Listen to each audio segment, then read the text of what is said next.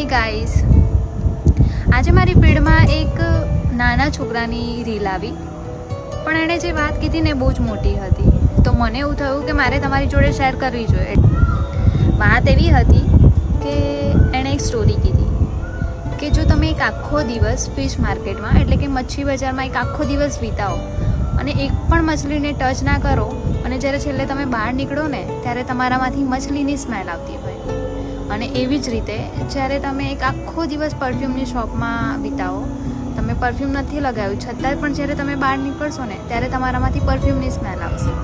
કહેવાનો મતલબ એટલો જ હતો કે જો તમે એવા વ્યક્તિઓની વચ્ચે રહો છો, એવા વ્યક્તિઓની સંગતમાં છો કે જે હંમેશા પ્રોબ્લેમ જ જોતા હોય, કંઈક ને કંઈક ખામી કરતા હોય કે બહાના કરતા હોય કે ના યાર આજે નહીં થાય આ કામ, મારી તબિયત સારી નથી, મારાથી આ નહીં થાય, મારે બહુ બધા કામ છે, આ તો આજે થશે જ નહીં,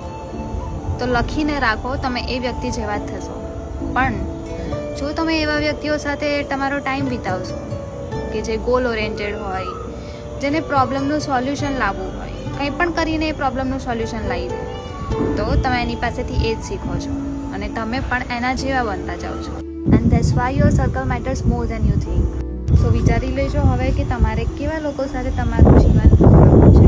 અને કેવા માણસ